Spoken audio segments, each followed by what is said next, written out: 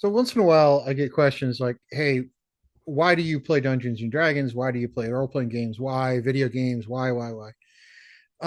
And before you ask why does this video go on this channel, one of the things I like to do is help people um, pursue creative avenues in life because I think the brain is a muscle, and if you don't exercise every part of it, it kind of tends to decay.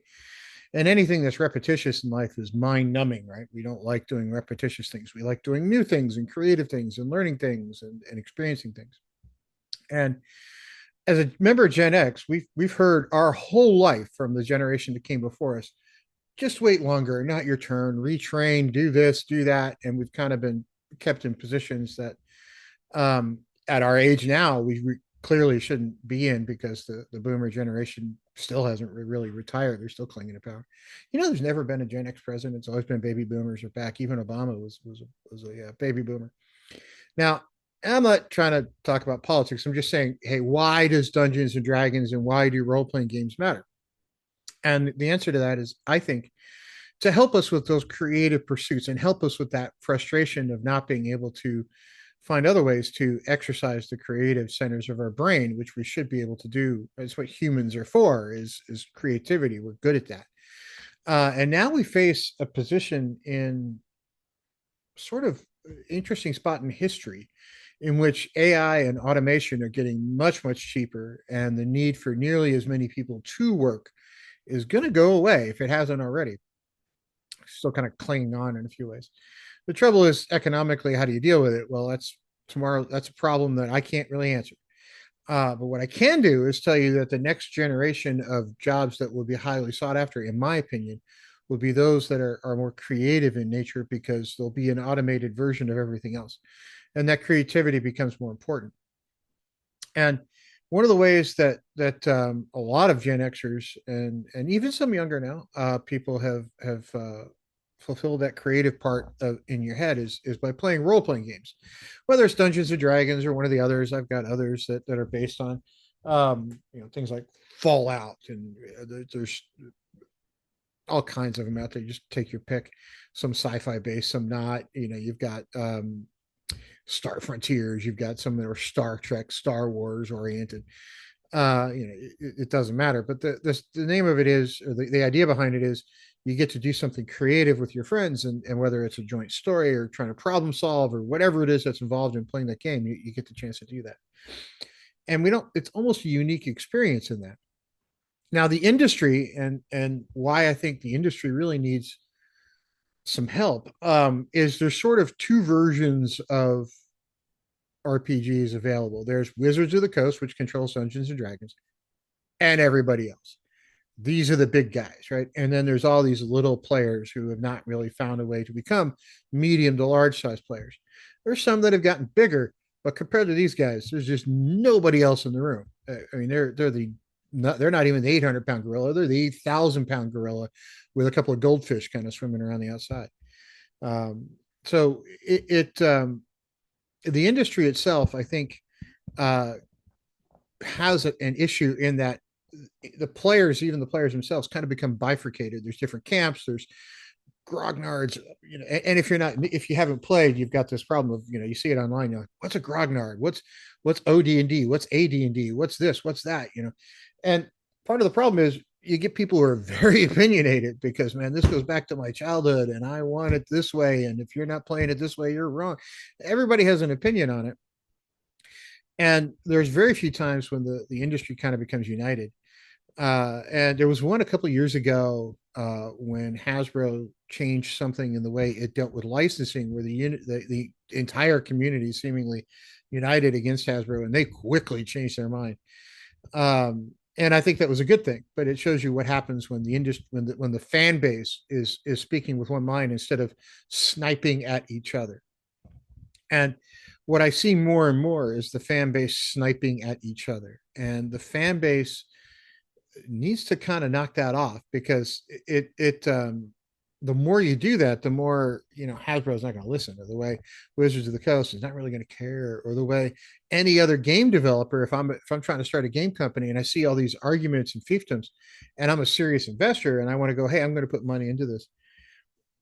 you can't, because there's all these little fights in there. You can't figure out what's the best path forward to remove risk.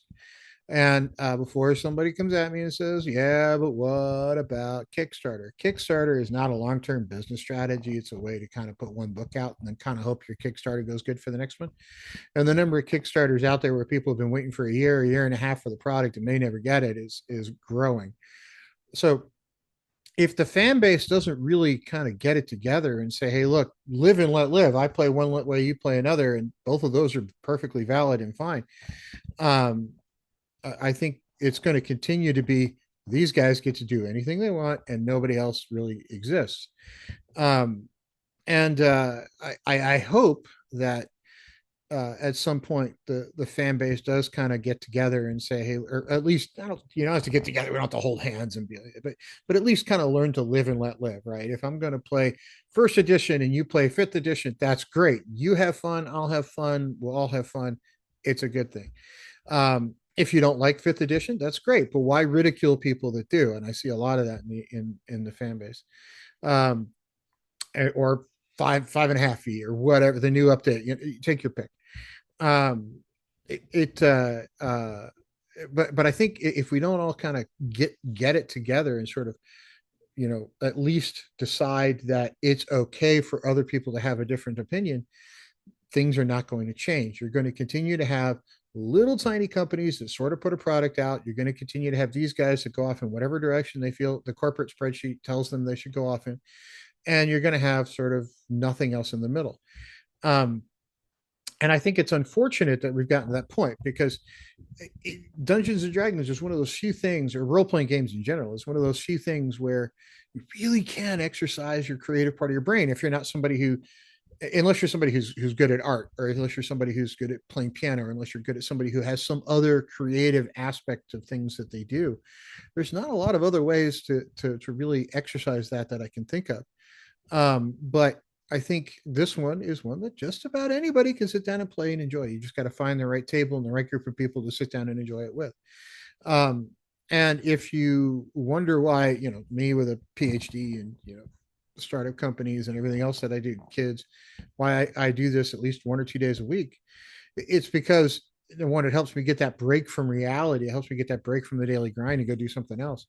The other thing it does is it allows me to do something that is creative instead of just that sort of turn the crank mind numbing part of life. Like today, I've got kids and I'm a single dad, right? So after they get out of school today, it's, hey, one of them has to be over here, one of them has to be over there, one of them has to be over there, and then about the time that one has to go over there, that one has to be picked up from. So I'm dad taxi for 4 hours, and while that's, I do love my kids. I love my kids to death. They're teenagers. Dad taxis. It's I do it because I love my kids, but it's not the most stimulating thing in the world. So it just is part of life, and these games help kind of alleviate that stress. And I think it's something that, well, certainly didn't exist until sort of 50-ish years ago when this one first came out.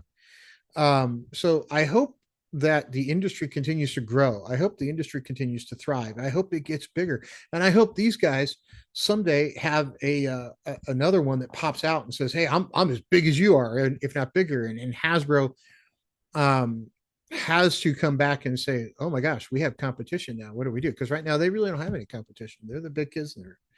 But if we don't allow that industry to grow, and we chase people out because we get angry that somebody played pretend wrong, it the industry is not going to get any bigger.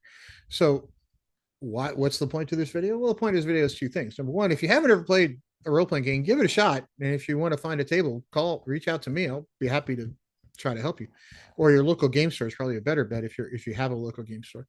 If not, there's online gaming. There's virtual desktop. You could play with Zoom or some other ways. It's better around the same table, but Zoom is a great, fantastic alternative if you get to it. Um, and if you have played, I hope you at least and you are in the groups that love to fight with each other. I hope you take a deep breath once in a while, and I hope you kind of learn to maybe let other groups play pretend however they want to without ridiculing them for it. And I do hope out of the million of other videos that show up on YouTube saying, "Oh my God, it's over. RPGs are done for all time." Guys, come on, knock it off. I get it. It gets you clicks. It gets you views. Just stop. Okay. You've declared it over so many times that it's lost all meaning. Hasbro's not going away. Wizards of the Coast is not going away. RPGs are not dying. It's not the end for Dungeons and Dragons. It's just the beginning if we let it be. But we've got to learn to let it be and stop all the drama. So I hope everybody has a great day. If you have not played, reach out to me, especially if you want to play and you have not, reach out to me and I'll help you find somebody. If you're an experienced player, hey, keep it up, man. Learn how to DM. I'm diving into some indie games here lately. I use Dungeons and Dragons as sort of the foil for this, but there's plenty of other games out there if that's not your bailiwick. Sci-fi based, old west based, you name it, they're all over the map. So and a lot of fun. It's horror based if you really want to go down that road. There's even vampire based stuff if you want to go that way. So just enjoy it, have fun with it. That's what it's there for. Exercise those creative centers. It'll be good for your career. It actually does help. We'll talk to everybody soon.